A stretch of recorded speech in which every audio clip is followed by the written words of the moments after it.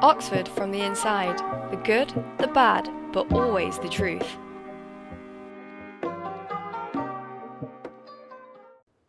Hey guys, welcome to Oxford from the Inside, the good, the bad, but always the truth. Today we're joined by Nobel. Would you like to introduce yourselves? I'm Nobel. I've just graduated from engineering at Lincoln. Nice. And yeah, I'm Siam, going into third year chemist, if anyone doesn't know. And today we're going to be talking about how to make the most of your Oxford experience. So, Nobel, firstly, how did you make the most of your uni experience? Big question. I I first thought about what I actually wanted to get out of it because there is no right way to make the most of your experience. It depends on what you want to get out of it. And I decided that obviously, we're at Oxford, you're there for a good degree. But on the side of that, I thought try and get some new opportunities, try different stuff and actually meet as many people as possible because that's just what I like. And I guess that's what I did. And then that was sort of what I wanted to get out of it. Then the question becomes, okay, you know what you want to get out of it. How do you actually go about doing that? And for me, it was sort of always being up for trying something new, whether it be a new sport or some new society or some new skill. And in terms of meeting people, just get out there, chat to people, be always up for meeting other people.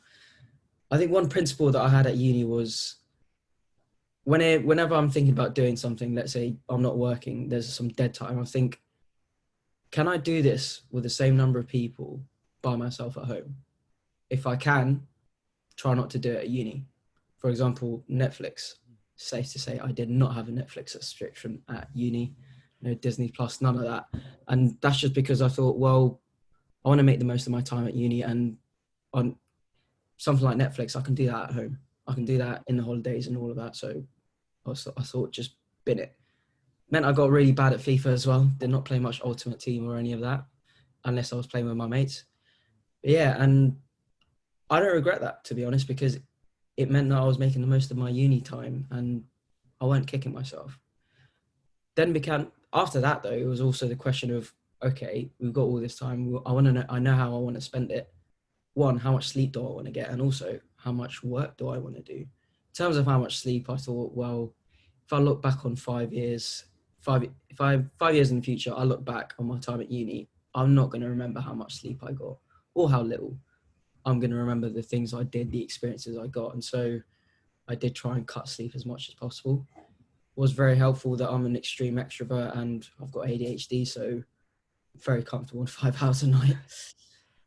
And then in terms of the actual work side of things, yes, you're here to work because that's your degree. You're at Oxford for your degree. But I thought, I'm not a nerd. I'm not going to get a first. I'm not good enough for a first. And I'm not interested in that. I've state school, refugee, free school meals, all of that. I've done my time.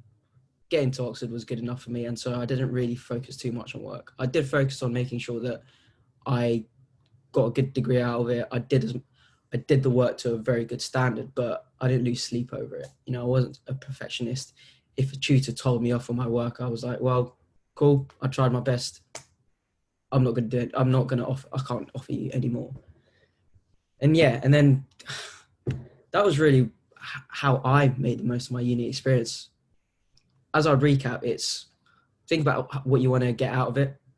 Think about how you want to go about doing that. Think about how much work you want to do. Think about also, I've forgotten to say actually, your working time things and efficiency. Try and spend as little time on your phone, Messenger, WhatsApp, all of that. Try and be as focused as you can when you work so that you get your work out of the way. You're done meeting mates or whatever. Yeah, nice. Wow. So there's the last point about the phone. I don't know if there's a recent documentary, like The Social Dilemma, talking all about attention span on the phone and all about and it's run shows about these like ex-tech guys. And it's quite amazing how addictive your phone can be, but then actually like being proved. But yeah, no, some of the things you said, like I completely agree with.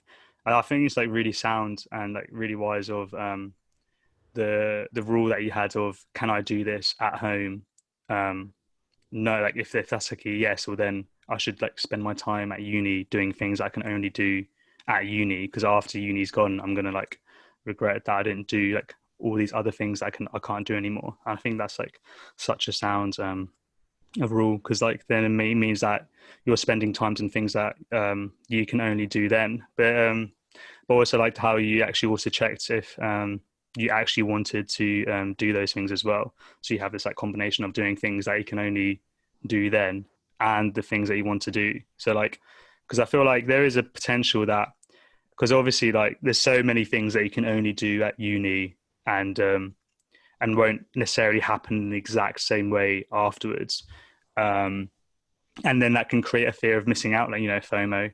And then being, I guess like, I'd say like to like prioritize, like after you've made your list of like, these are the things that you really want to do, and then trying to like, prioritize which ones are most important. And then hopefully it won't be too stressful. Like you won't mind, missing out a few other things.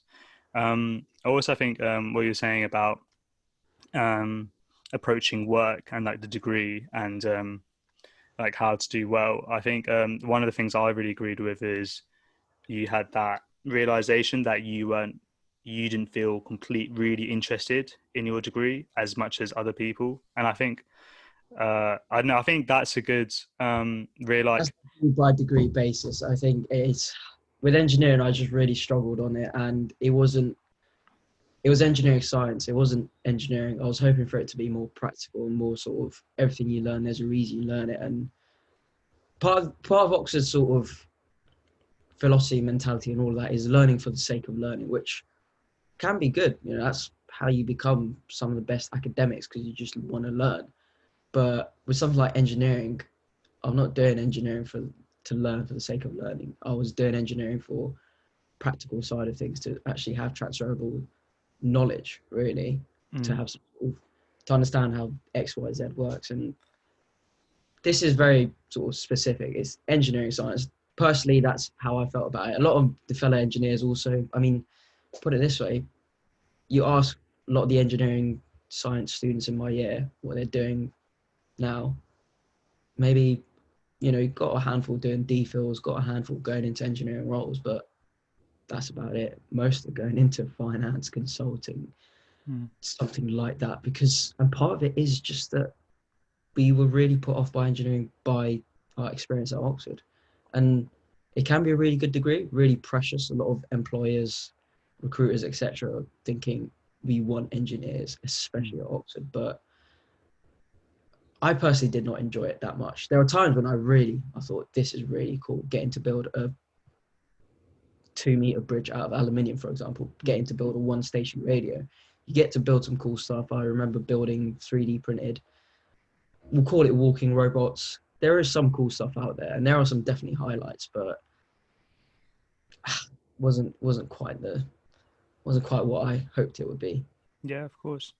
But I think that like reinforces the idea that when you've started your degree and like maybe a year in or a few months in, asking yourself like how interested and curious, like how much do you enjoy your degree, and that being true to yourself. And then if it's not an extreme amount of much, then I think it's a really valid point to then like also obviously like try to do as well as you can in your degree. But now that you know that this isn't your main interest, like spending your time on doing other things that you find really interesting as well. And then the reverse argument of that really it makes a lot of sense as well. If like I know people who absolutely love their degree still, and they like really that's almost all that they want to do.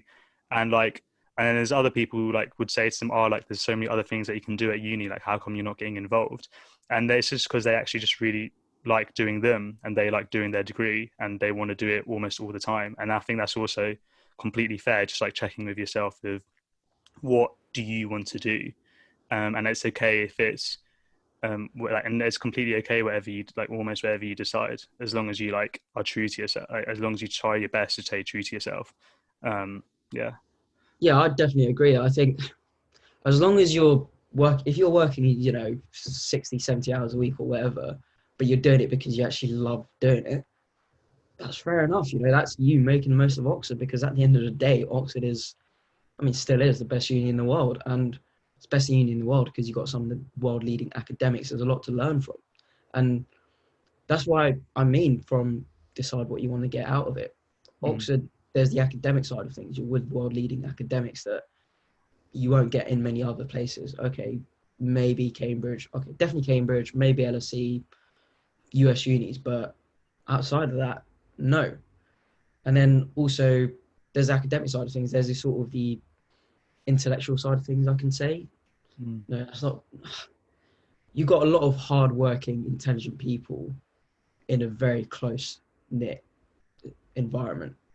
Again, you're not gonna get that in many places, and the closest you'll get outside of the academic world would maybe be the sort of London city centre or sort of New York financial district, and even then, those are very specific, specialised people. And so that's the other side of things, is sort of the motivated, intelligent people, and also just tradition, really cool things you get to do that a lot of unis don't have. For example, your formals, you're doing exams in suits. I think that's really cool.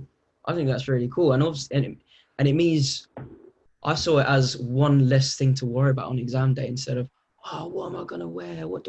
This is gonna be, or I don't want to look like a tramp, or I don't want to look too rich, and all of that. Everyone's in the same. Everyone's equal. Everyone's turn up to their exams equal. So I'm chatting nonsense right now. But another thing was actually the job side, the internship side, the sort of the opportunity side of things. I forgot to say, for example, last year summer 2019, I got an internship in a Brazilian national park, Iguazu Falls National Park, biggest waterfall system in the world, all paid for by the uni. How often do you get that chance? And there were just so many niche, unique opportunities that I managed to get from Oxford, and people should definitely take advantage of that side of things as well. What I'm trying to say is there's a lot of different ways to make the most of the experience at Oxford, and as long as you're being true to yourself. Yeah, some people, they work really hard, but that's just because they want the best grades. They're really perfectionists, or they don't like their tutors telling them off. If that's the reason, fine, but only if it makes you happy. But that's the main thing. As long as you do what makes you happy. No, yeah, for sure. No, I completely agree.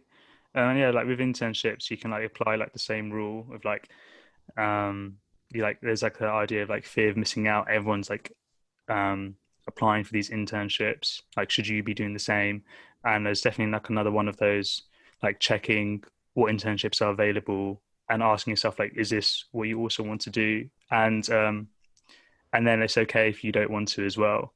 But then all like the flip side of that, the amount of internships and that are available, and like the variety and the opportunities that they can lead to afterwards.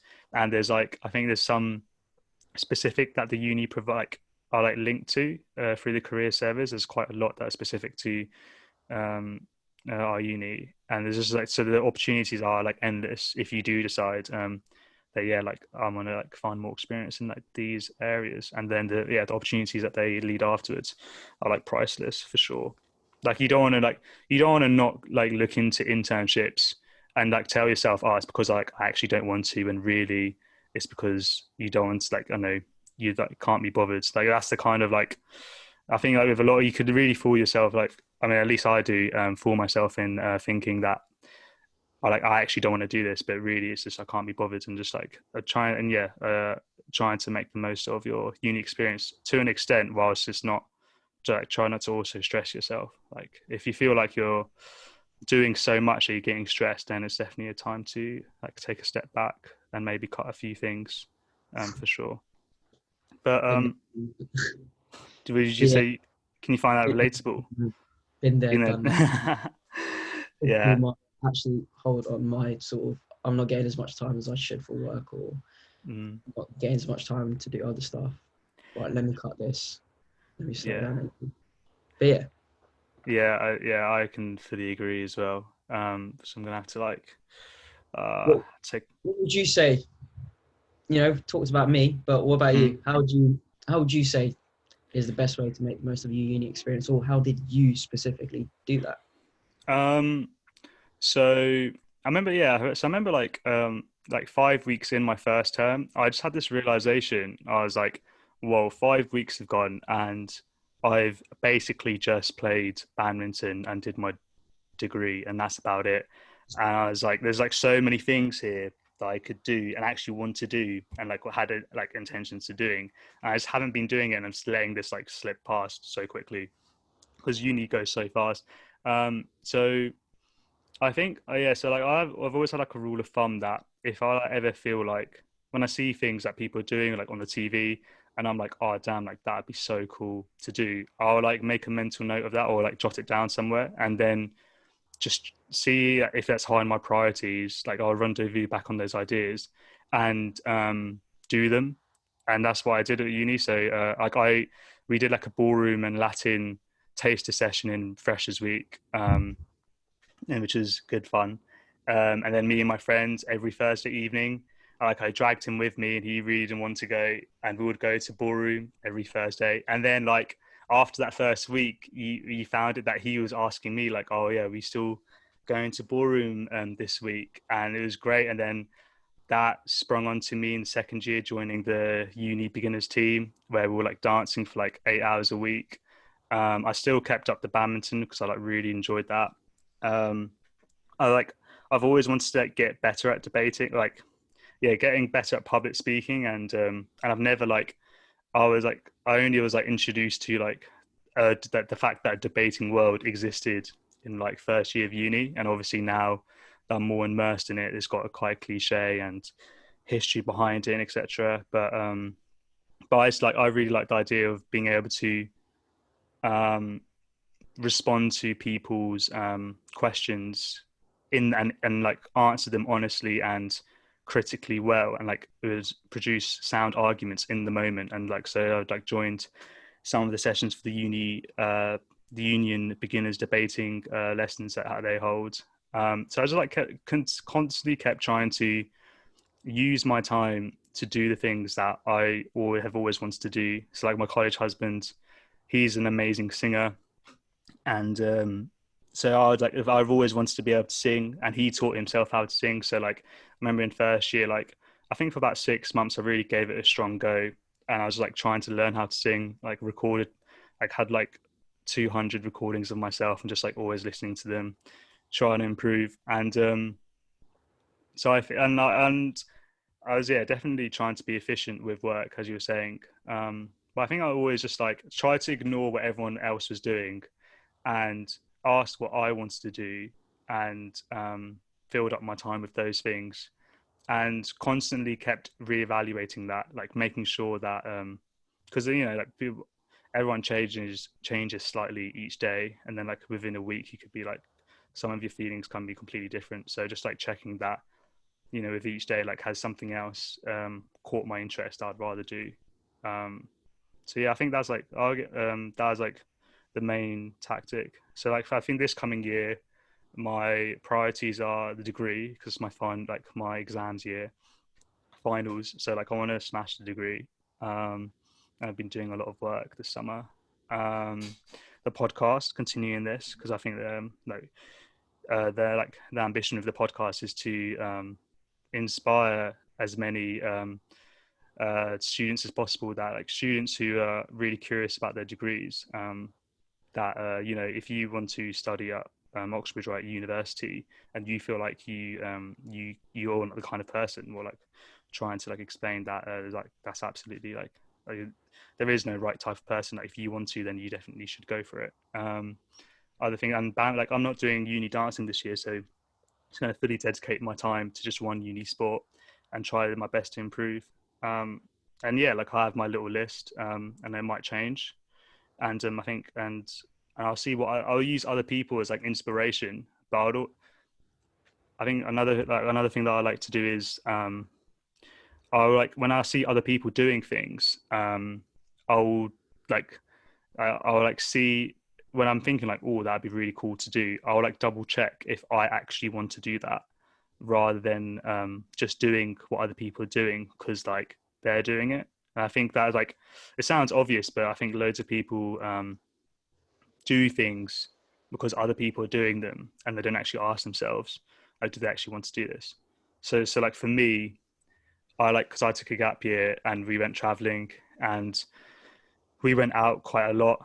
And I don't even drink. So there's only like for me at first, like I really enjoyed it and like just like dancing and like letting loose is fun. But it came to a point when I started unis that the idea of going out, I just like had my time doing that. And everyone else is like, a lot of people are going out, not everyone. And for me, like even though a lot of people are doing that, I found that if I realized that if I have enough time to go on a night out this week, I would rather join another society because that I know that I value some of the societies that I don't have time to do right now, that I would value doing them more than going on a night out personally. Like that's like, and other people would say the complete opposite, that they value the enjoyment and like meeting people and the hair, like letting your hair down vibe of going for a night out, and I completely respect that. So yeah, like I think yeah, that's another way I like approached uni life. And yeah, so far it's like sometimes you come off. Sometimes you might find yourself that you're really doing things very differently to everyone around you, and it can be a bit nerve wracking. Like, oh, like have I got this wrong? Like everyone else is doing like, I know everyone else is like working all the time, or no one else is like doing as many things. Like maybe I should just like focus on one thing, and it can feel a bit like I don't know if scary is the right word. That like have you like you can like doubt yourself, and I think if you feel like you're doing what you want to do, then try like stay true to yourself, and hopefully you'll realize you in your own time that what you're doing right now might be wrong. But I don't think following dogma is going to help for like making you realize that what you're like making you realize what you actually want to do personally. So yeah, that's some short summary. But moving on to the next question, we'll get back onto other opinions I have on making most of your uni experience. But a lot of people say that the reason we're at university, well, I say a lot of people to call her out. My principal actually told me this, that she's lovely. Like I absolutely love Hillary. We all do. She's like, and I think if I continue this conversation, she'll probably agree with me. Maybe, I don't know. I might ask her. But she said that the main reason we're here at university is to study. And like, I was wondering, like, how would you respond to that, Nobel? I'd respond with the question: can you study 24/7? No, you can't. That's the real answer. And so you can't study 24/7. You can't even study every waking hour. Well, you can, but there's no point, because there are levels of efficiency. Really, after a certain point, you're just not really taking anything in. You're not really learning anything. There's no point in studying. And so there is time to do other stuff, because you just can't study all the time. And then that becomes a sort of a balance, and things like sort of knowing yourself as well. And for myself, for example, my brain comes to life early morning before lunch and after dinner, number of 1 a.m., 2 a.m. library sessions. That's how my brain works. And my brain does not work in the afternoon. I just have an afternoon drop off where sometimes I just get so sort of sleepy. I get really sleepy in the afternoon sometimes when I'm working in the library. And so my body just stops me from studying 24/7, if anything. And so because of that, I work around that. Luckily, a lot of the sport I do is after lunch, before dinner. And so that actually fits in quite nicely. And then before then, I'll be in the library. After then, I'll be in the library late nights. And that's in terms of the study side of things. There's also Oxford isn't just some sort of library. It's a city. It's a city with amazing architecture, amazing traditions, great collegiate system, great history. And most people, they will only be in Oxford. They will only live in Oxford for that period of time that they are at uni. And so you kind of want to make the most of that, because most people will just move to London afterwards, or they'll move abroad, or they'll be back home, wherever. And it's just, you just can't study 24/7. You want to make the most of it, really. And that's the main question in this podcast, is how to make the most of your Oxford experience. you can't study 24/7. So when you're not studying, try and make use of it. Mm. No, yeah, I definitely agree with that. Is there something quite interesting from the idea of like studying 24/7? Is like the historians, like at the end, like most of them, if not all, I don't know the course too well, but at the end of their second year, they have like a coursework where they have like a week to answer like a few questions, and it's part of their degree, like instead of an exam. And you see, like, when you're around them, like you see, like, and from how they describe it, like there's this idea that they could try to work 24/7. They've got 7 days to answer these questions.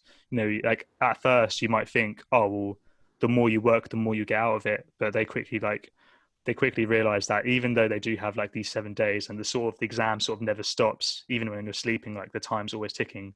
They quickly realize that. Well, I think when you're doing work, the more time you spend, it plateaus to how much you work you get out, and then it declines if you do too much. In my opinion, from what I've experienced and what they said as well. So I completely agree with that. Like what you said before about being efficient, and getting like 2 solid hours of like heavy like focused work is probably going to be get better output than 4 hours of like not as focused work where you're like on your phone every now and then, like checking social media.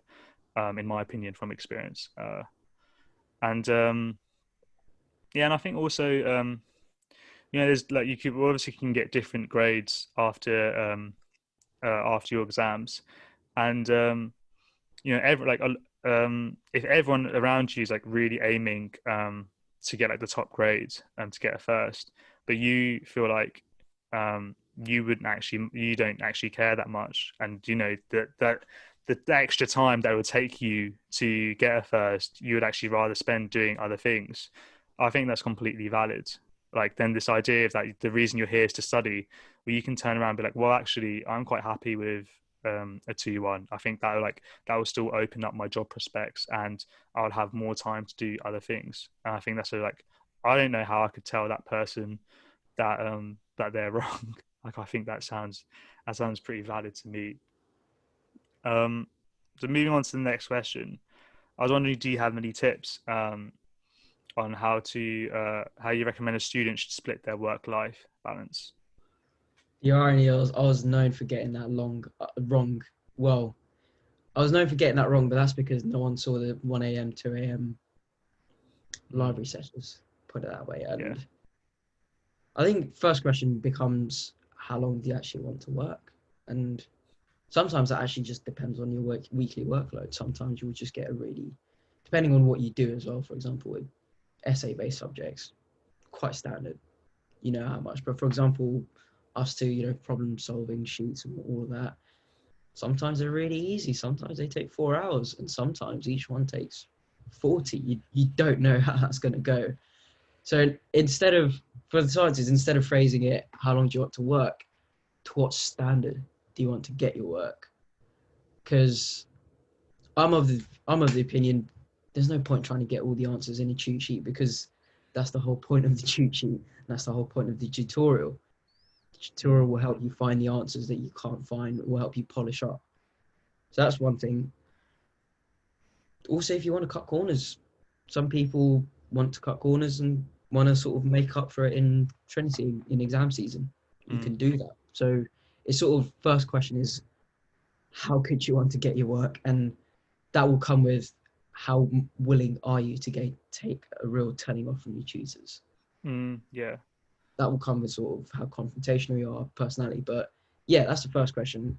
How much do you want to work? How well do you want to work? And then from there, when are your productive hours? When some people, they're very much, their brain comes to life 9 to 5, 9 to 6, 9 to dinner, boom. Do that however many days a week. That's your week. That's your weekly work done. For me, very unconventional, as I said earlier. Early morning before lunch and after dinner till 2, 3 a.m. That's when my brain comes to life. And so once you figure out when your brain actually works, work at those times, because then you're actually working in the productive hours. And so for me, it was Second year was its worst, one could say, in terms of late nights. I think every single night for 2 terms, without fail, I was up till 2, 3 a.m., sometimes 4 a.m. And it was either because I was out on a night out or because I was working in the library, finishing doing my cheat sheets. But that worked for me. That worked really well for me. And I managed to get through second year quite well, managed to have really good balance. Mm. That's how it worked for me. For some people are nocturnal. I know some people that just, I'll message them at 2 a.m. for some help. And I know Yeah. they're up because they tell me that they're nocturnal. And that's why I message them, because I know they'll be up. So it depends on how you work, and then actually working your routine, your sort of what you do outside of your work around that. And as I said before, a lot of the sport I did was in the afternoon after lunch. That works really well, because if I had to, I would still go to the library, even though it's not very productive. If I haven't got anything else to do, or it's sort of a tight deadline, or I've got a lot of stuff going on just before the deadline, so I want to get it out of the way, which is more common, I'd work in the afternoon whether I was productive or not, but trying to work your routine around that. And nothing is getting yourself organized, sort of. I made every time there was something going on, or someone said, "Oh, let's do this," or someone said, "Yo, Lincoln match next week," or "No, we've got a uni match next Wednesday." I'd stick it in the diary, and then every few days I'd just look at the diary. Whenever I had some sort of work given, I'd look at the diary, and not the diary, calendar. I'd look at my calendar and think, okay, can I afford to procrastinate, or do I have to straight away start my work? And then, because I've got my calendar, I know exactly what I'm doing when. I can look at my hours, how much time I've got each day, sort of make an estimate, sort of how long this cheat sheet will take, how much sleep I'm going to get that night when I'm going to bed, all of that. And then from there, I'd be like, okay, either I can afford to slow down for a bit, start it later, or I can't afford to do that. I've got to start straight away before it gets really messy closer to the deadline. That's another thing. And obviously some people work very differently.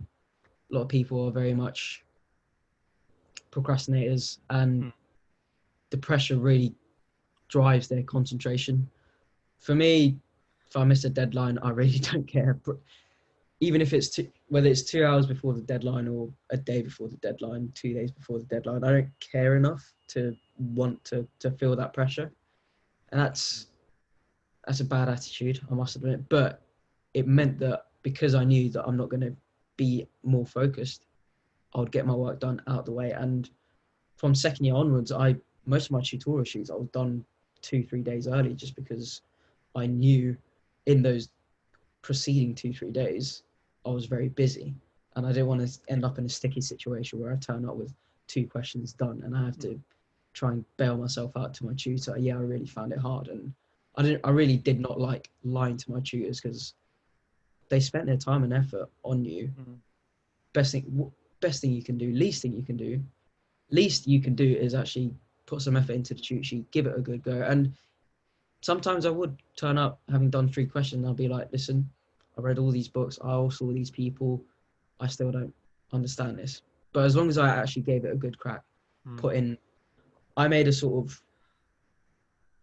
of principle where I try and work about 15-20 hours per cheat sheet at least, and I'd have 2 cheat sheets per week.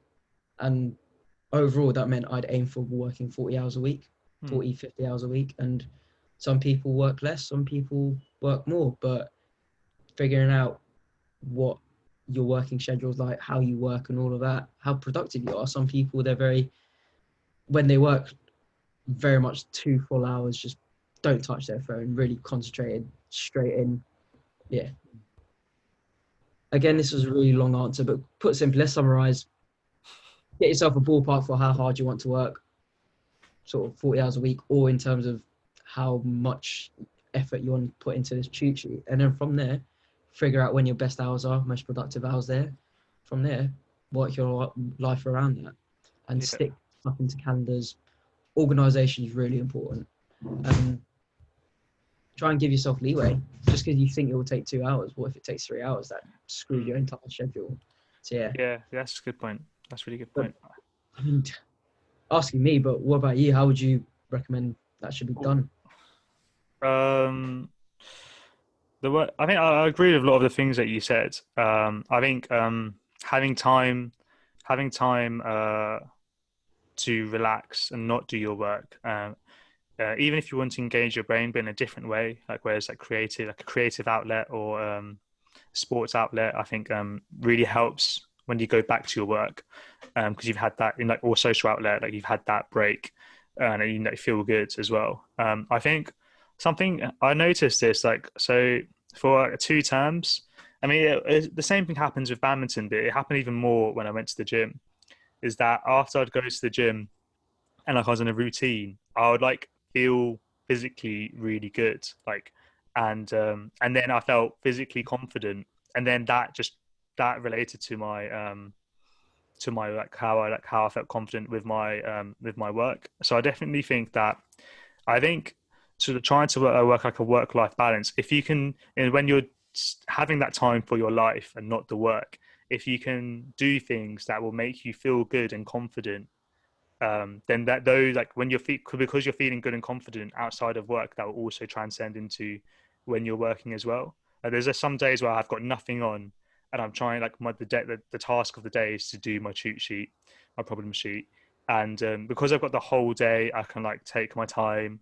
Might feel a bit sluggish. I might be doing it slowly, and I don't really feel that good. Like I've just like then it comes to the end of the day, I haven't got as much as I would have liked to have done, and it wasn't very impactful or it wasn't like a burst of energy.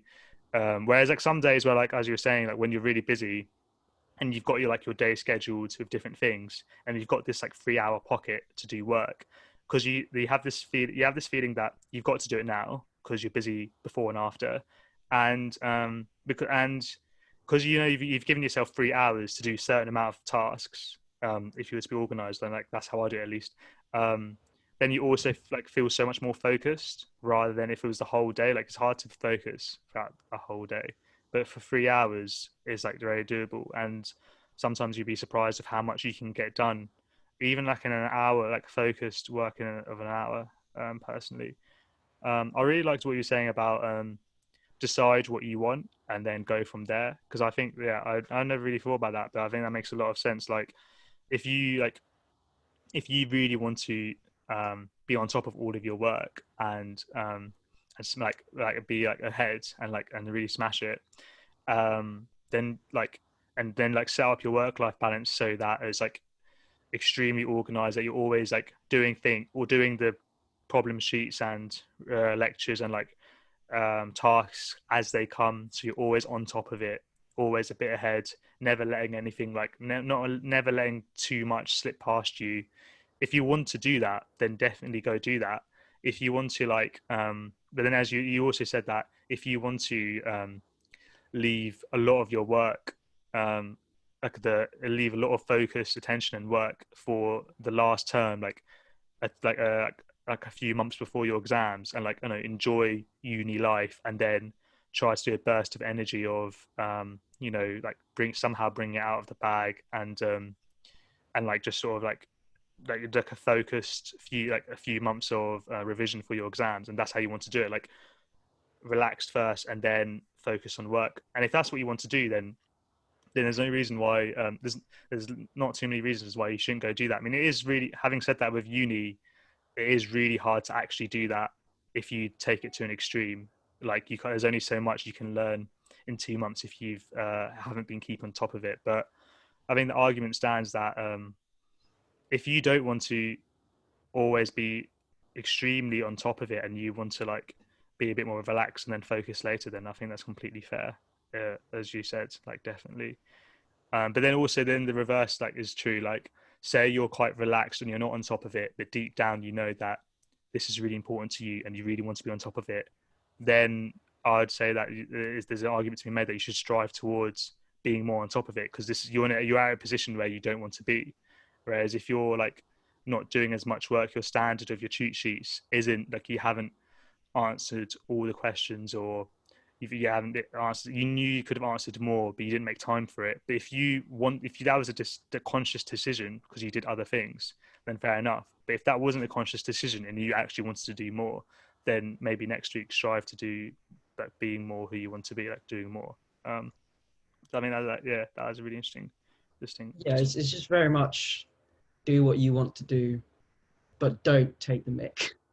Because some people, some people they don't want to do their degrees, but you've got to give the tutor some respect, because you've got to give the uni some respect as well. Sort of turn up with a decent cheat sheet, or turn up with a decent essay. And some tutors expect a lot from you and they want perfection, but it's about what you want to do. And as long as you're sort of in the back of your mind, you're spending 9,250 on this per year. Yeah. Are you getting your money's worth, really? And you want your 2-1 at the end of the day.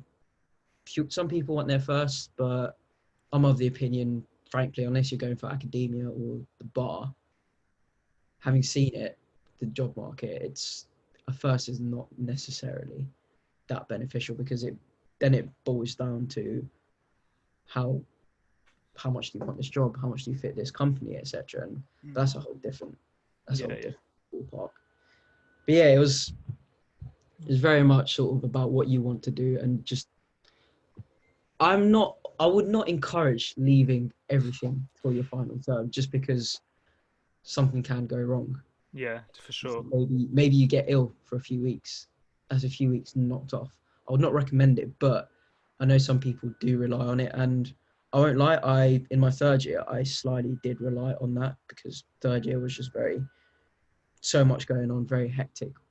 And so I just thought, you know what, third term, we'll smash it out of the park. Ended up being able to work ridiculous hours, but managed to actually maintain that. So it pulled off, luckily, in the end, but sometimes it doesn't, and I would not recommend falling back on that. That should only be a sort of your backup plan.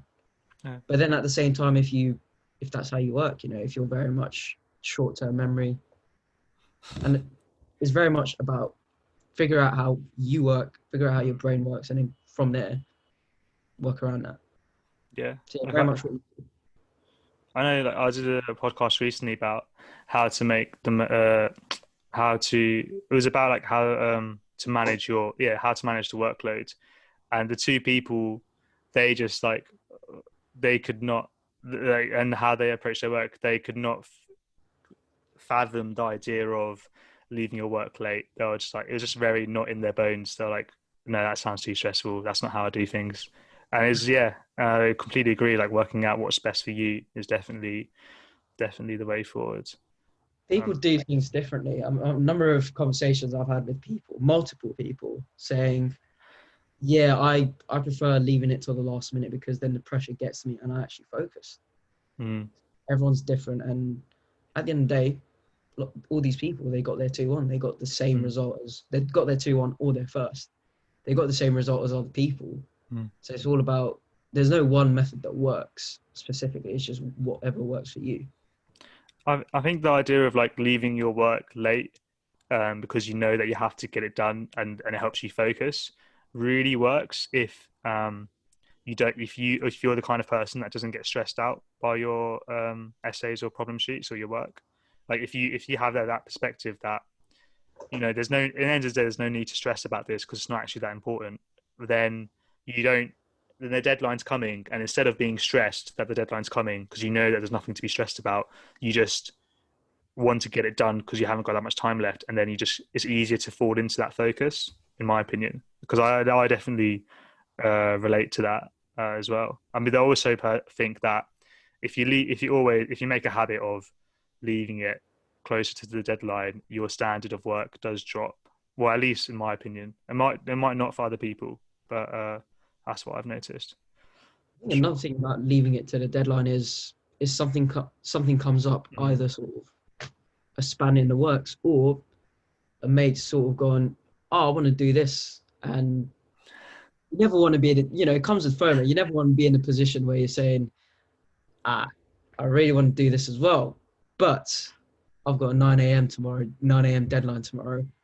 I've got to have to turn this down. You never want to be in that position. That was also, forgot about that. That was also my thinking, where I never want to be in a position where I have to turn something down because I have to work. If I have to turn something down, I want it to be because I just don't have the time for it, or I just don't want to do it, instead of turning something I really want to do down because I wasn't organized enough. Mm. And also, I really liked your point in terms of doesn't matter. That comes with it. You know, your essays, your tutorial sheets, none of that counts. None of that counts towards your final degree. None of it. Oxford's very much final exam, especially for the historians. You know, third year exams. That's what counts. Not historians, humanities. Yeah, yeah. Historians, obviously, they have their course. So like English students have their course. So obviously that counts. But the weekly essays, they don't count. There's no there is some benefit in getting it all right, getting it to the best standard, because then you can sort of come to your tutors, this is the best piece of work I have. How do I up it? That's swings and roundabouts, but it was very much, it doesn't count, so don't worry too much about it. As long as you get it to a good standard, as long as your tutors are decently happy with your work, why stress too much about an essay that, frankly, are you even going to remember that in a year? Or a year after graduating, are you going to remember, oh, look, do you remember that essay I did? Yeah, No one cares. No one cares. yeah. That's another thing I did sort of keep in mind where, you know, you want to do your work well, because I was very much, I don't want to be in a position where I'm learning this from scratch 2 weeks before the exams. And also, I just don't want to mug off my tutors. So yeah, I very much agree with the does it really count? Yeah, but you could also say with the tutors, like you know, your tutor's opinion on you isn't related to what grade you get as well. Like Yeah, like do like, yeah, your tutors, you should like respect them. They are putting effort in, but say if like I don't know, say if they didn't seem, I don't know, if they say anything that's not constructive criticism, then like who cares like what their opinion is. Okay, like even if it's good or bad, like I mean if it's good, it's like it's nice that someone has faith, but if someone doesn't have faith in you, well, like it's got nothing to do with what grade you're going to get, like or like their constructive criticism about your work is like really important, and the use and help that you get from your tutors is invaluable for your degree. But like I know, say if your tutor's not impressed by your like our mock tests are called collections, and like if they're not impressed by your collection result, you didn't get a high enough mark. Like does it really matter what they think? Like only their constructive criticism is really useful.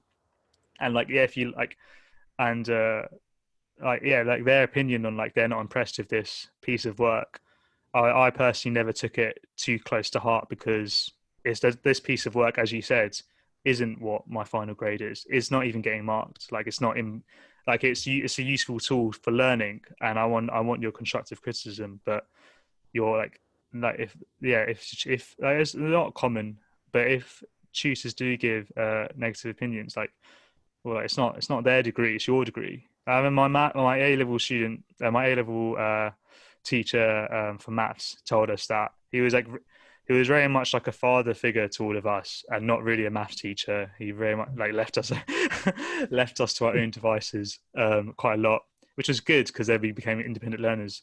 But he said to us like he like held his hands up. He was like, "End of the day, you guys are gonna do your exams, get your results, and leave, and like I'm just going to get a new class, and nothing really changes for me. I'll just do this year after year. But for you, like your exam result will stay with you, and it will dictate what you can do in the future." And his point was that like it doesn't like it's not about him. Like it's got nothing, like he doesn't, if he wanted to change his life, what we do, but it will change our lives. And yeah, like um I think your tutor's opinion also doesn't shouldn't take that too close to heart, because like it won't affect your grade. It won't affect what you can do as well. that's a really good point. I actually never thought about it like that. And interesting for your maths teacher. Yeah, I never thought about it like that. Yeah, that's right. You know, your tutors, I mean, they may mark exams, they often do, but the exams are anonymous. They just all Yeah, they say yeah. is number, candidate number, and that's it. So even if your tutor does have a grudge on you, Mm. it doesn't affect your grades. Doesn't affect your grades. So Um, yeah, good and I point. think it's important as well, because some people really would work for longer hours because they can't let their tutor down. Like a lot of people at Oxford are perfectionists, and the fear of disappointing your tutor is like really prevalent. And like like who cares if you just like, I know your tutors, you should respect your tutors. I do agree with that, but like, say if you're having a tough week and you've got loads of things going on, and you don't want to disappoint like your tutors, like then I don't think like you should work more because you don't want to disappoint your tutor. You should work more because you want to, for other reasons, in my opinion. And if your tutor could see you in that moment, they would be like, "Why are you like?" I don't care. Like your tutors probably don't even care too much about your work. Like they care enough that they'll mark it, they'll give you constructive criticism and help you learn. And then after you leave the room, they'll move on to other things. They don't have strong personal attachments. So like I think in terms of making that work-life balance, if you find yourself that you're working longer than you should be because you don't want to disappoint your tutor, I would evaluate the question like, is your tutor's opinion on you important? Their constructive criticism, I think, is really important, but is their opinion on you as how you work, like how well, like yeah, who you like, yeah, their opinion on who, if your tutor thinks you're like a slacker and you don't do that much work, and actually you think you do a lot of work, and then who cares what they think? But if they think that you have a misunderstanding in like this part of chemistry, at least for me, like chemistry, then yeah, that is quite important, and it's quite nice. Could be quite useful if they can explain that misunderstanding in the course in the chemistry. But in terms of like other things, that's not relevant. Like who cares, in my opinion. Yeah, I do agree with the perfectionism side of things, and that's something I've only touched lightly. It's definitely a thing, you know, sort of perfectionism, trying not to disappoint your tutors, trying to please your tutors, trying to get the best grades you can because of perfectionism. That's definitely a real issue I've seen of Oxford students, and it's hard to kick out because a lot of the people that get to Oxford, they get in because they're perfectionists. They see that sort of that 98. They're like, no, that's not good enough. I want 100. That's kind of people do tend to get into Oxford like that. And in terms of sort of unconfrontational, unable to take a telling off and bollocking, when you're the top student in class, half and all you get told off for substandard work. And then obviously that also comes with when you're top in the class, you're not used to having people above you and then competitive or sort of comparing yourself to others. And that's a whole different dilemma, but that is less easy. I do find that less easy for someone to sort of deal with, to face up to. Yeah. But personally, you know, I've never been a perfectionist. I was top of the class at school, but I always knew to try and keep my head down, keep my expectations low. I always reminded myself, listen, mate, let's not get carried away. You're the top in a crappy state school in East London. You're not the top in the best school in the country or the world. So there will be people better than you. Remind yourself, don't get too carried away. And then in terms of pleasing people, I mean, that's a whole societal issue. I'm not interested in pleasing my tutors. I'm interested in respecting them because they deserve their respect. Because in my experience, from my time at uni, they really did take their time with me. If at the end of the tutor, I said, listen, I'm still really struggling with this concept. Can we just go through it again, please? As long as there's got nothing going on, they'll just say, yeah, go on then. Let's say another hour. Let's say another half hour, whatever long it takes, however long it takes to get you to understand this. Or they'll say, okay, I'm really sorry, I've got another shoot now, but are you free at this point? Let's go through this at that time.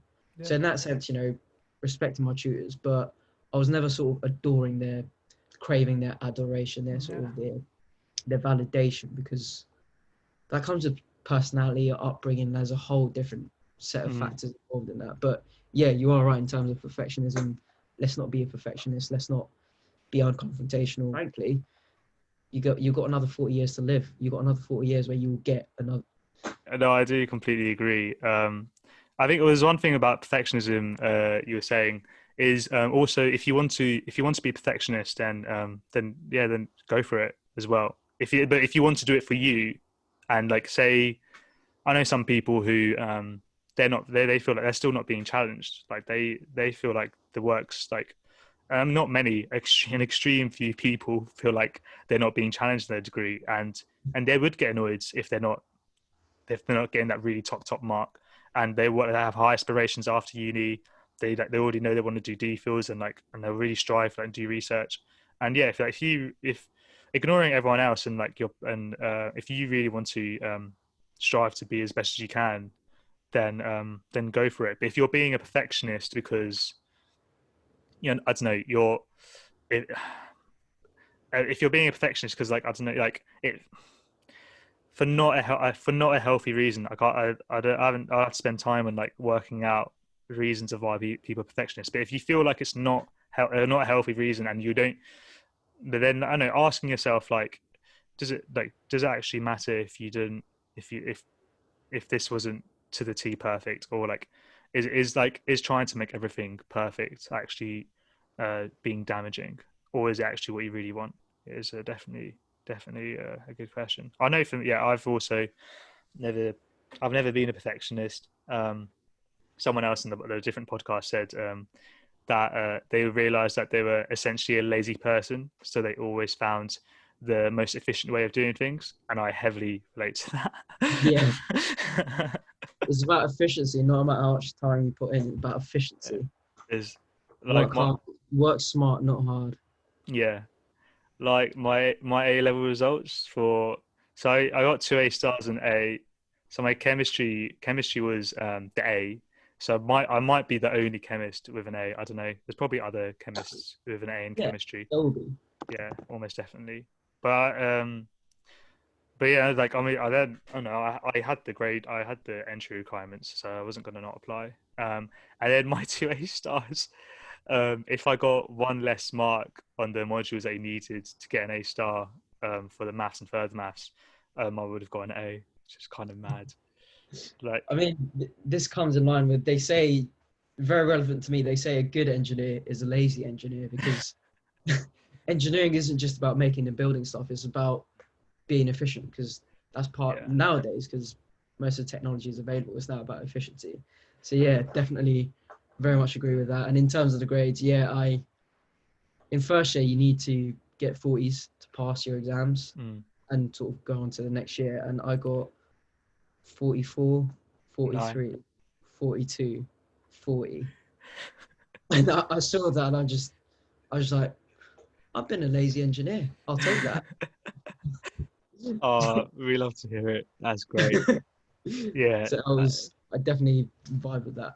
yeah, for sure. Yeah, yeah. I had a similar feeling after getting my first year results of like, oh yes, I don't have to retake my exams because I just about passed. Like, and you feel like you've just like daylight robbery, like run with it. Yeah. You just like you just and then like because it doesn't first year doesn't count. It's important. I thought for me that it was important to learn the stuff, but there's a massive difference between learning the stuff and being good at the exam. Like 50%, 50% of the work is like being good at the exam, learning like understanding it so like enough that you can actually recall it as well, rather than just being able to answer the questions when the textbooks are around you. But yeah, there's a yeah, no, it's interesting that we had similar experiences. We've got a few more questions. So this one's short and snappy. What's been your favorite thing about university? Oxford University specifically, or just uni in general? You've only gone to Oxford. What do you mean? No, as in you personally. True. I just university in general. I'd say that it's just always something. Two things.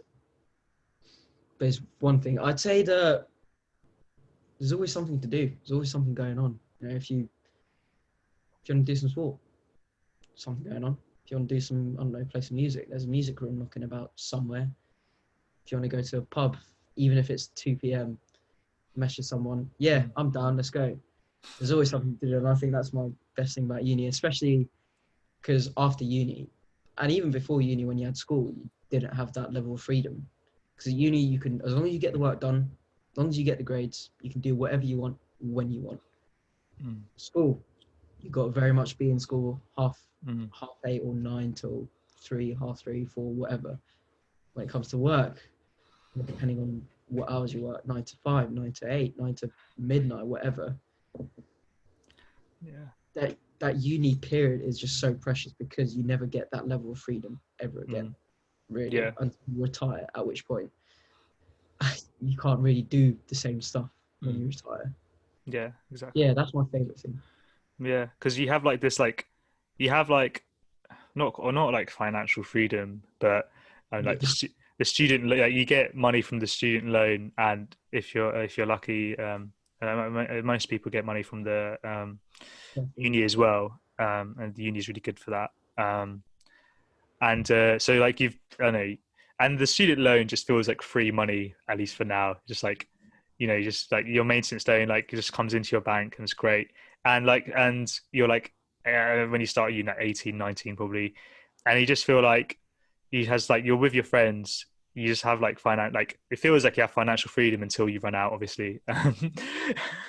And yeah, you just have this like freedom to do anything, and you just won't have this like because after uni, when you like get a job and then like I know if you do the traditional things of like house, family, kids, all those are things like responsibilities. And at uni, you have this like, as you said, precious time where there's not that many responsibilities. The hardest thing, hopefully, if all goes well, the hardest thing in your life is just your degree. And in the scale of things, in life in general, it's not that deep. Well, I mean, obviously case by case it changes slightly, but at least for me I don't see it too deep as compared to things that could happen afterwards and before uni. And yeah, I think for me I liked because there's a lot of chip shops around Oxford that stay up late at night, and just the spontaneous Yeah, 3 a.m. just like you turn to your friends and like, oh, should we just go buy some, just go to the chippy, go to the Hassan's is a chip shop, by the way. If you come to uni you'll be familiar.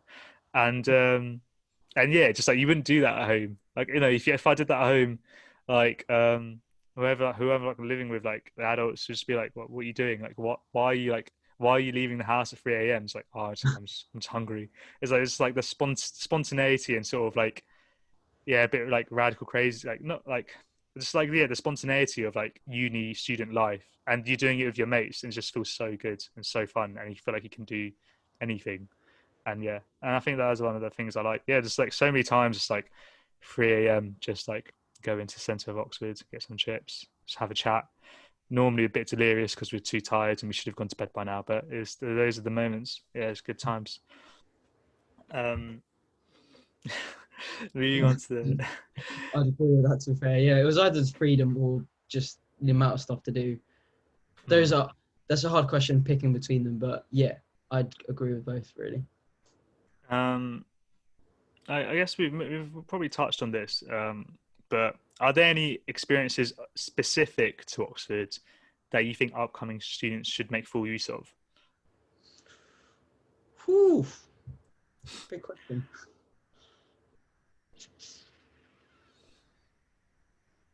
To be fair, it's not one specific thing. So I guess one of the things is the collegiate system. I mean, Mm. collegiate system, like Harry Potter houses, that's the best way to describe it. You got all these Harry Potter houses, basically 35 of them, Yeah, each with yeah. their own sort of accommodation, but then you study in classes with people from various colleges. And I think that's really cool because compared to other unis, so with other unis, how do you meet people? Societies and your course, really, and then sort of mutual friends. Mm. With Oxford, you've got that, but also your college itself. And from your college itself, and as long as you sort of go about meeting people, go to all the freshers events and just chat to people.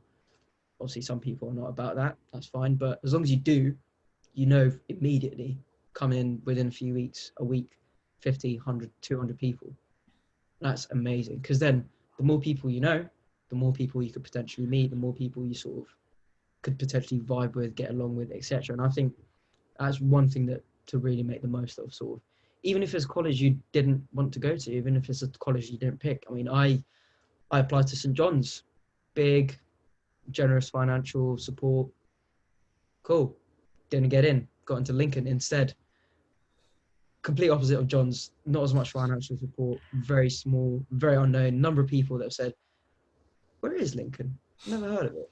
And I mean, complete opposite, but I still had a great time because whatever college you end up at, you still have a really good time. get out there, meet people. Also, as I said before, really cool internships knocking about. I spent, I think, a month in Brazil, well, on that national park in Brazil, all paid for. I've had friends that worked in Jordan for the UN, so many different opportunities, stuff in Africa, stuff in India, really cool internships knocking about, as well as your standard corporate internships, obviously. Recruiters do spend big money on you. You're an Oxford student if you get in, you know, you're amongst the best students in the world. They spend a lot of money on these recruiting events. Meet them, you know, it's a real, as I find out on the other side of things, it's actually really nice to be able to say in my cover letters or applications or in an interview, yeah, I met this person and they really spoke highly of this firm, because then it actually sets me apart, because it looks like I've done the research. I've spent my time to actually go out and chat to someone. Obviously, at these recruiting events, lots of food, lots of alcohol, drinks, whatever, and freebies. That's obviously, as a student, you want that. You want the freebies. You know, your portable chargers and your pens. Never had to pay for a pen in my time at uni. Never had to pay for a pen, which was nice. Also, one big thing that could be sleazy is your own future world leaders. I mean, look at the cabinet, for example. Look at the CEOs of the world. How many went to Oxford? How many went to Cambridge? Looking at the cabinet, looking at our PM, Boris Johnson, Dominic Raab, Matt Hancock, all of them went to Oxford, and you're around future world leaders. And obviously, don't go around sort of meeting people. Oh, because I want powerful friends in the future. But it's really cool to be able to say, one of us has probably met the future PM. One of us has probably met a CEO of a FTSE 100 company and all of that. And with that, it's not just for the clout saying, yeah, I was best mates with this guy. It's more, it is a nepotistic world, unfortunately. And not really useful at entry level. You know, grad schemes, it's not, I know this guy, I'm going to get the job. But as you get higher up, the more links you have, the more sort of potential you have. If you want to start up a business, the more people you know. You know, there's a difference between starting up a designer chain versus a groceries business. For a designer chain, for example, you need rich friends. You need rich people to buy stuff. And I'm just chatting stuff now. But yeah, put simply, you're around future world leaders. And that's something that really hit me when I first got into Oxford, because I come from Tower Hamlets, East London, really deprived area, and I was the only one that made it to a top uni from where I grew up, and that really sort of resonated with me. And I thought, wow, I've gone from that to son of Monsoon owner, or son of a daughter of Carlsberg owner, whatever. And that was really cool, really interesting, and you get to see a whole different world, sort of see really different insights and different mentalities. Before uni, I was very much careers. What is a career? You know, how do I get into that? And now I'm looking at all these people. I have the pick of the bunch, really. I've just graduated fourth year, so a lot of people graduated a year ago. They're in jobs. A lot of people already starting jobs by now, just started jobs. I have the pick of the bunch in terms of industries. I want a McKinsey friend. Oh, I've got 5 of those. Friend at Bain, got a few of those. Friend at JP Morgan. Oh yeah, I've got people there.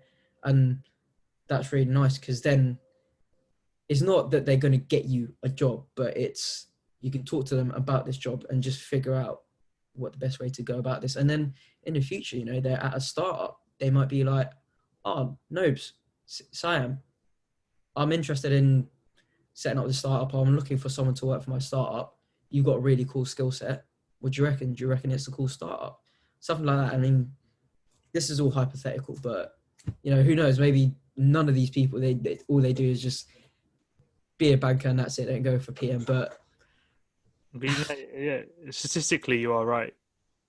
Like, it's statistically probable that we'll be surrounded by very influential people, whether they're famous or not. They'll be probably doing in roles that are very influential. It's quite funny what you're saying about like making a startup and like just like messaging people like, oh, like it seems like you're interested in this. Do you want to do this together? Because that was literally how the podcast team was created. Yeah, like I had this idea and I was like, oh, this could be a thing, and just messaged people that seem like they're interested in the same thing, and and here we are, like a few months later. It's kind of mad. But I think bridging off from what you were saying, I think there's two reasons why I wanted to specifically do chemistry at Oxford, and one of them was that there's a lot of maths in the chemistry course at Oxford, and I did further maths, so I didn't want to and I enjoyed it, so I didn't want to let go of that. Like I wanted to keep doing that. Where some it's like yeah, and because we have like a maths exam first year, and we have like maths tutorials first year as well, and there's like a lot of maths in the physical chemistry. So yeah, my need for that was definitely satisfied. There's lots of challenging maths, and but the other reason that's more relevant is I wanted to come specifically to Oxford, Cambridge, because of the people. I had this idea that it's going to be surrounded by loads of people that are extremely talented, extremely like high achievers and ambitious in not just their degrees, but in lots of other things. You know, if you're really organized, if you have like a lot of people that go to Oxford and Cambridge like are really organized, and if you're really organized about your degree, there's a good chance they're going to be really organized in all other things that you do. And I've just found it that like my predictions were like so far like quite true. I mean, I've discovered lots of other kinds of people at uni as well I didn't foresee.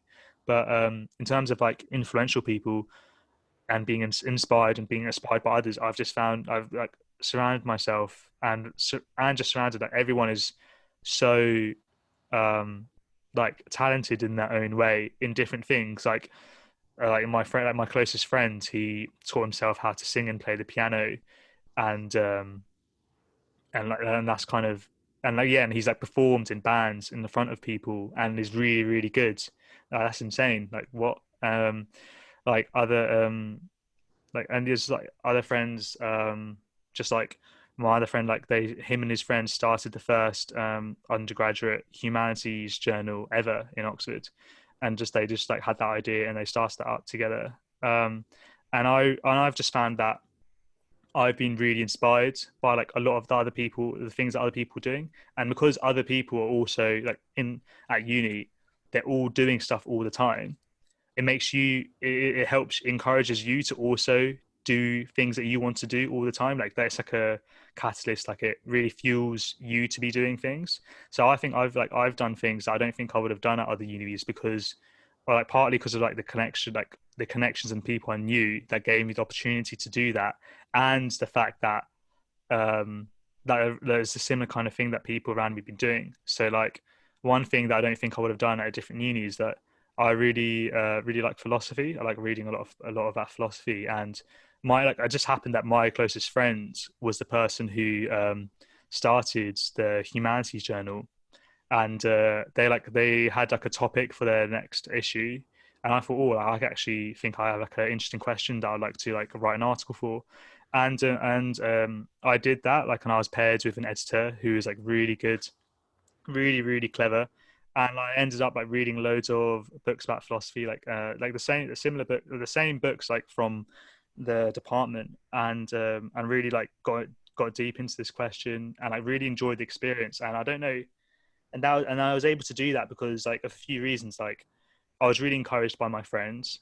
A lot of people around me are like doing articles and doing academic things outside of their degree, and I happened to know someone who was doing that journal, and the thing that has in common with all of these things is that everyone's like really high achieving, and if I wasn't surrounded by high achievers, I might have not then be influenced and pushed further to do something similar. I definitely agree in that, and like it's the same with like the uni dancing as well. Like if I wasn't sure, my another friend did the uni dancing the year before, and it was him who inspired me, and like said to me that even though if I've never danced before, it's a beginner's team, that anyone can do it.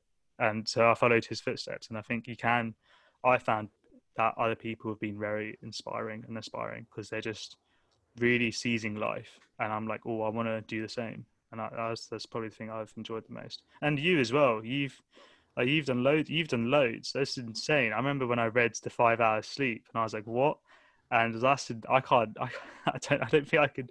I read the book. I haven't finished it. The book Why We Sleep. And I don't think I'm too much placebo now in having less than 8 hours. But like you and it sounds like other things like you've like uni football and like um I can't remember the top of my head, but you feel like I remember all the societies, the law society, Yeah, all the Lawson. ball, all the balls, all the going nights out, and like can pulled it off with the degree. And the uni football is like it's mad, yeah. And that's why I enjoy doing the podcast because I get to talk to really interesting people, and then from what they say, I'll be like, oh, like that's actually I really agree with that, or they seem like I think I would enjoy that as well, and then I'll go off to do that. So.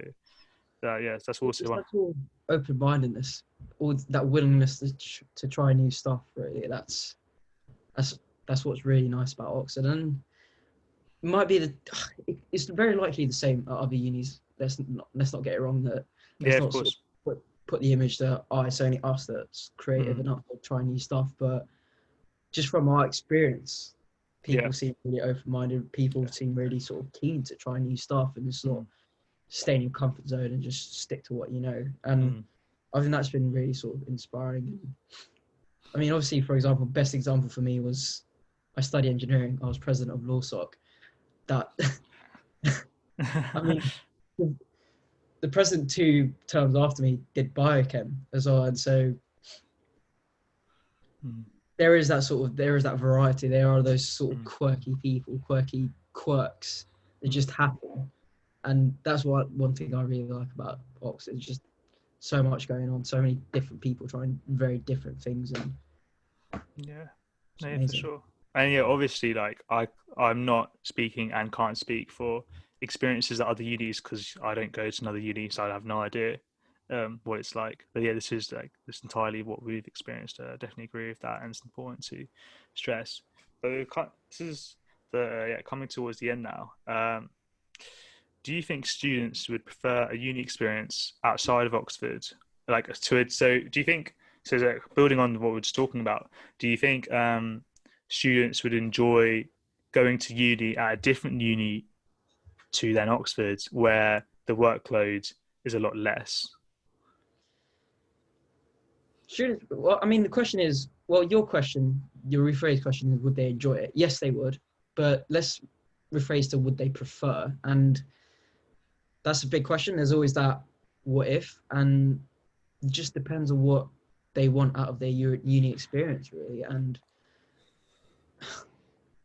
depends also on their actual experience in Oxford, because obviously some people, and let's reiterate, this is not the case for everyone, but a lot of people, because of the workload, because of these sort of demanding tutors, because of the lifestyle, because of being surrounded by a lot of smarter people, they really struggle with that mental health. And obviously, Mm. for those people, maybe not, they would actually prefer going elsewhere. But I can only speak for myself, and I would have had more time for Netflix. I would have gotten better at FIFA if I went to another uni. But at the same time, it was worth it, because how often do you get the chance to say, I'm an Oxford grad, I went to Oxford?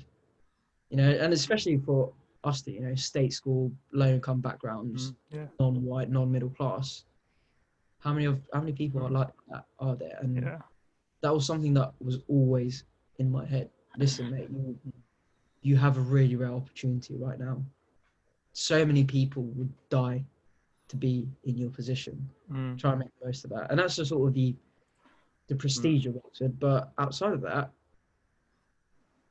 as we've gone through previously, sort of the open-mindedness, the different Mm. opportunities, the ability to try out new stuff, the intelligent people, the future world leaders, all of that, and that comes with it as well.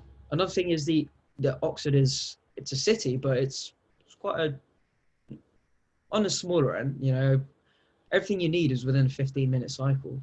Mm. In London, I cycle 15 minutes, and I'm nowhere near a shopping centre. I'm halfway to my closest mate in London. I made it to, there'll be gyms around, there'll be sort of football. I made it to a football pitch, made it to a sports centre. That's Yeah. about it. But in Oxford, you cycle 15 minutes within a 15-minute radius. Mm.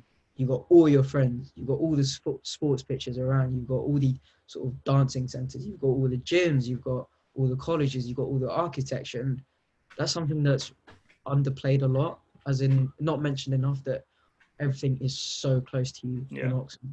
I remember during lockdown when sport was actually allowed, when we were actually allowed to go out for longer, we just cycle to our sports ground or a park, and we'd just be kicking a ball together, and we'd find some sort of basketball people to play basketball with, to just shoot some hoops with. And I wouldn't be able to do that within a 15-minute cycle at home.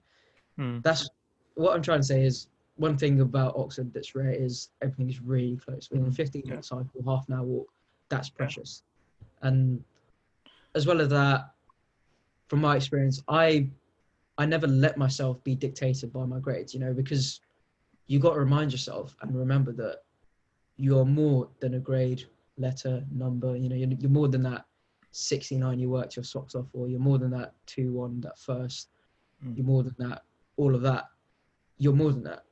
And you got to try and remind yourself that, why does that all matter at the end of the day? Now, if it's your career, you need to get a first for your DPhil, then take it seriously. If it's you're going for the bar, people know that bars want first and all that. Not necessarily. People have got in with 2-1s, but fine, up your chances, fine. But outside of those two paths, I can't think of anything else that would actually require a first, because most people, they end up in the real world, and the real world is completely different to academics. The real world is not just how much can you memorize this, how well can you sit down for 2 hours doing this thing. It's, have you got the communication skills? Have you got the personal skills? Have you got the resilience? Have you got the interest in the company and all of that? And your academics only paint a small picture of that as well. Apologies about the sort of very jobs focused aspect. No, it's fine. It's right now, and I found out that that's not enough. People, there are a lot of friends. I have a few friends in years above. They applied for 80, 100 jobs, rejected for all of them, and then finally got one. A lot of people back home, when speaking to me about jobs, you must have a job already. I'm like, no, mate, it's not that easy.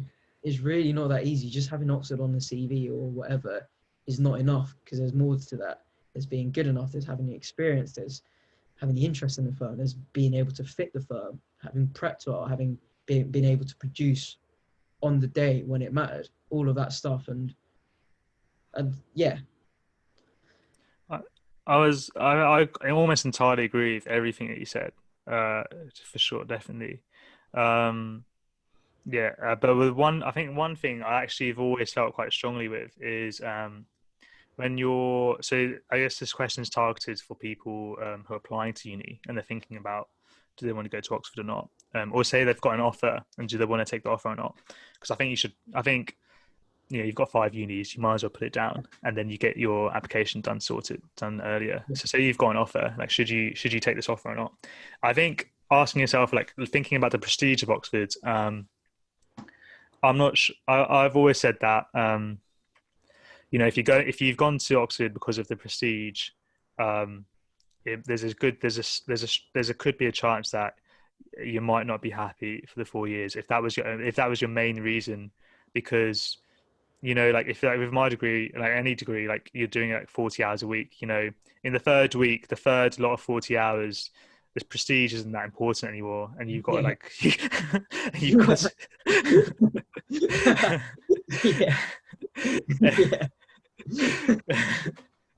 you're just like, like this is what I've signed up for the next 4 years, this on this degree of chemistry. For me, chemistry, you're going to be doing this all the time. Like if you chose that because you're really interested and curious about it, then hopefully you have a good time, and you probably will.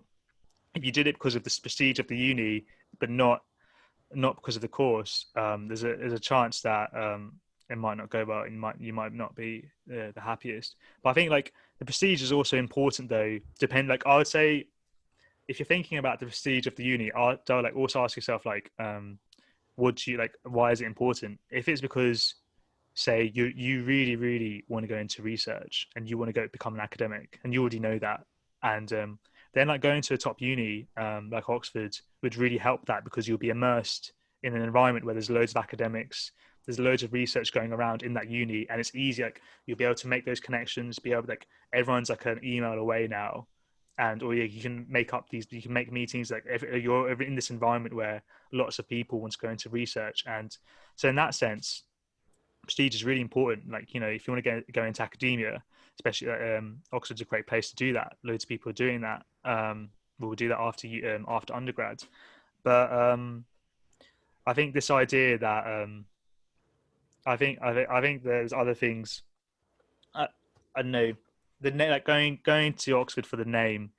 I've seen too many times doesn't, like, runs out, that it won't fuel you for long, and isn't actually really important. Like, you know, what you want, I think, in terms of for this question, someone's like struggling, like should they go to Oxford or not, or to a different uni, just like I think what we said in the beginning of the podcast, asking yourself what do you want from your uni experience, and like, and if it's that, so like my best friend at the time, he got better grades, we were like thick as thieves, and we always got similar grades, and he didn't even apply to Oxbridge because he wanted to really enjoy uni life for other aspects. And I know we've both done that anyways, but he also wanted the work to be like, he wanted a smaller workload, and that's what he wanted. So then it's completely fair that he what he chose.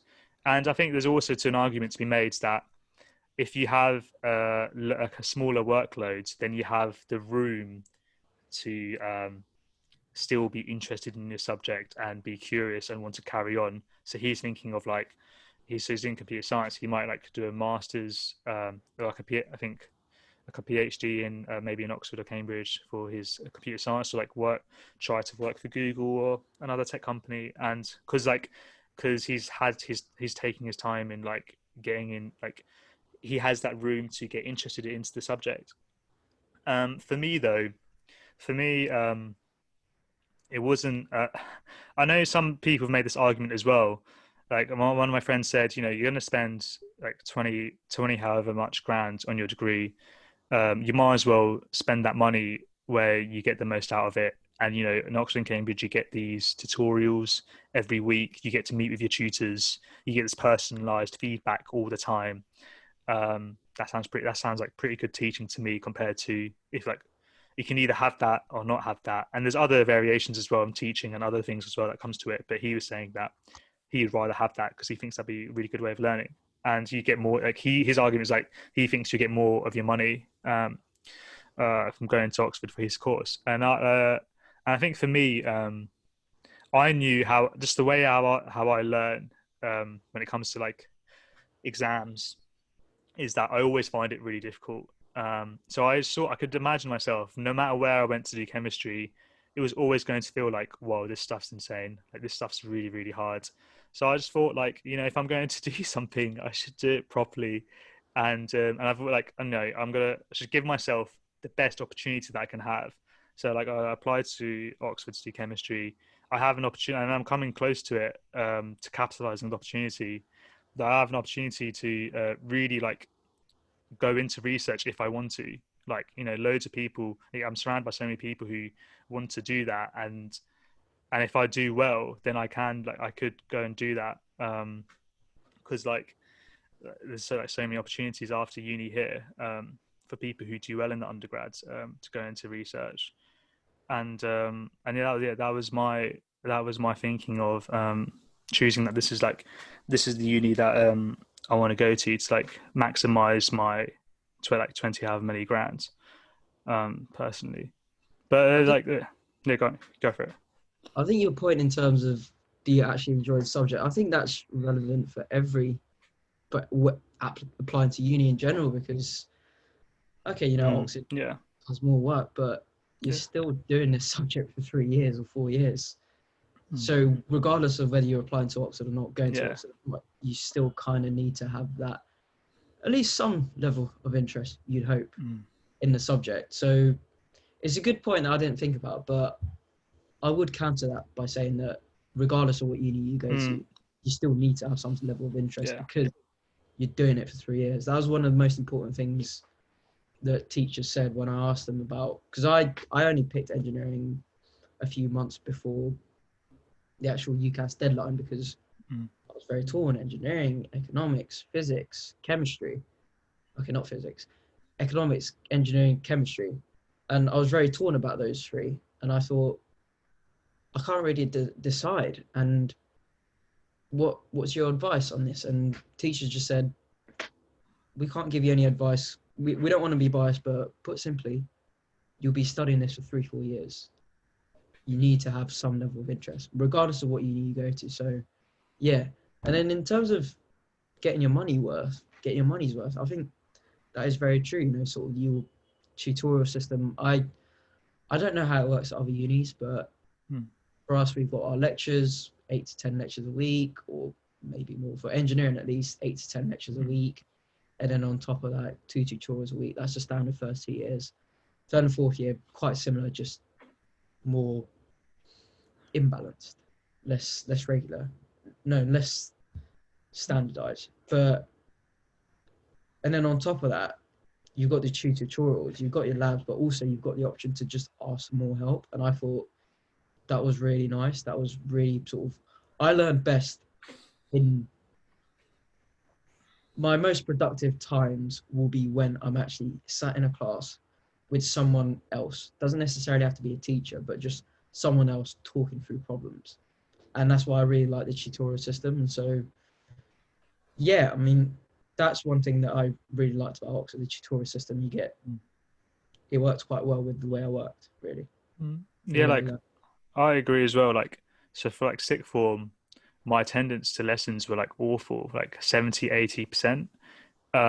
But in the school, in lunchtime and like during the breaks, there'll be a teacher around for certain subjects at certain times where you can drop in, and I'd always be at those all the time. And I realized that was because I like my way, like the way I like to learn was like to sort of, I didn't mind learning it by myself independently. Like I actually liked that, but once I'd given it a go myself, and then there were a few things I didn't understand and needed ironing over, I would always then go seek the teacher.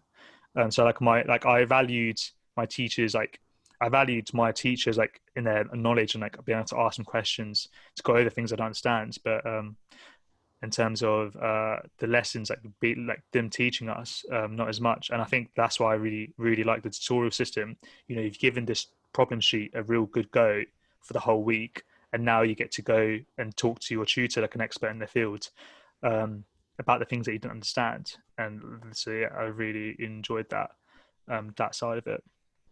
So moving on, the few things that I've jotted down in terms of how to make the most of your Oxford experience. One thing I actually didn't note down, but I've used this so much, and I don't think I would have been able to in other unis because, or I don't know, I don't know about the funding, what it's like in other unis, but the libraries, there's so many libraries, and in our library in Trinity, if you need a book, you can ask the college to request it if it's like related to either your degree or a degree in the, like if it would be useful for students in the library. So just like I've been reading so many books that we have in the library and like on other fields of study. Like I've used the library and that service for my degree for like books that we don't have that I need to read for chemistry, but also like other books in other fields of study that I just have interest in. There's so many libraries, and in our library in college, like there's so many books at our disposal, and if they don't have a specific book that you'd like, I don't know about other colleges, but in our college, you can like request for it to be ordered, which is like, it's just great. Like I haven't had to buy a book yet for my degree, and like I don't buy many books, if it's for like self-interest, like outside of the degree, because like the library provides that service because of like how much money the college has, and that's like great. And I think like in terms like I have this feeling that because like I do really like philosophy, that once I leave uni, I'm going to be interested in like these kind of things still, and I won't have that library to go and like use as a resource. Like I'm going to have to buy these, but actually buy these books. So yeah, in terms of that side of it, small thing for me. And lots of other ways as well. You can really like the libraries provide so many different variety of services, and like the fact that we have our like we have like an online library, like lots of online resources as well, and you get you're exposed to all of that, all of these research papers in different types of fields, and you can, with your email that you get with uni, you can like go and like look into that to your heart's content, and then you won't have access to that after uni. So I think that's a really good point, and like and all the resources that you're exposed to. um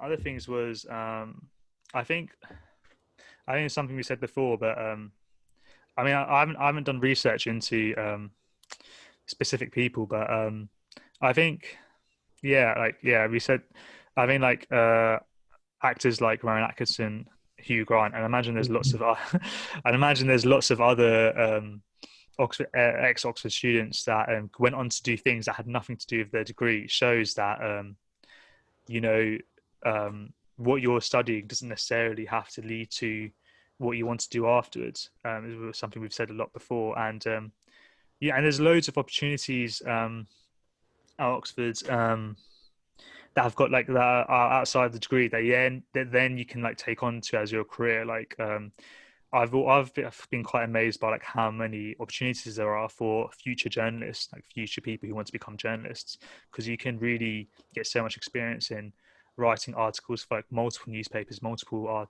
magazines. Like I thought that was kind of insane that like when you after uni that you apply to be a journalist, you can say, oh yeah, I've already written for all of these newspapers because we had those opportunities at uni.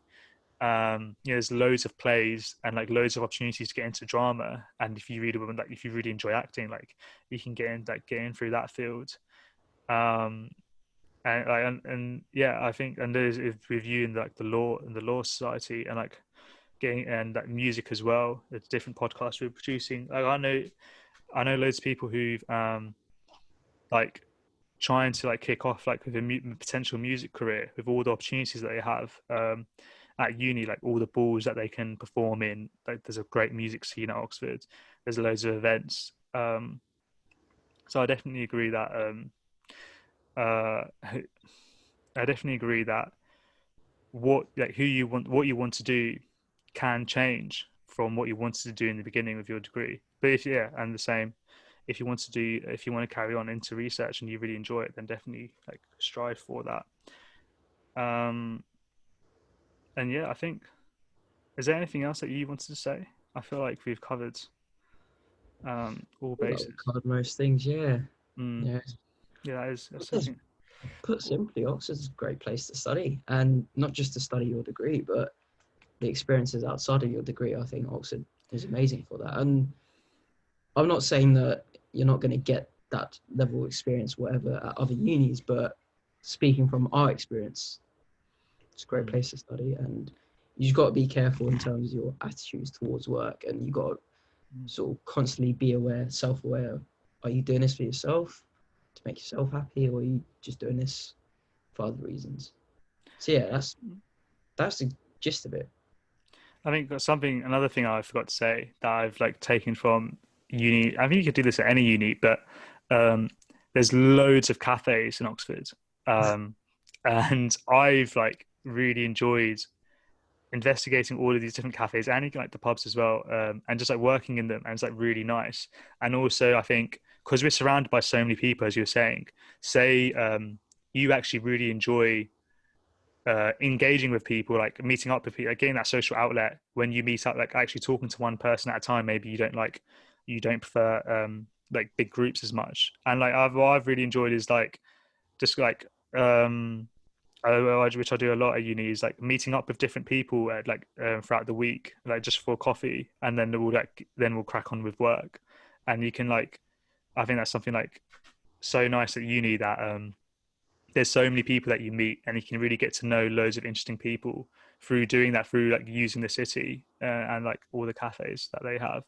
But yeah, that's the one thing that I've personally really enjoyed as well. But I agree. Yeah, I think overall, if you to make the most of your Oxford experience, just really asking yourself what do you want, and being okay that you might completely change your mind tomorrow. But what do you want right now, like in this moment? Like what do you like, without being too like mindfulness about it? But what do you like, really want right now?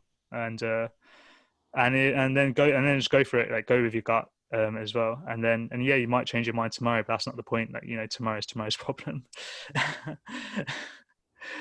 I was like, let's choose to work, to be honest. Boy, it's a good point. Yeah, it's a good point. Oh, but yeah, thanks for the conversation. This is great. This is great. That's all they've got time for today.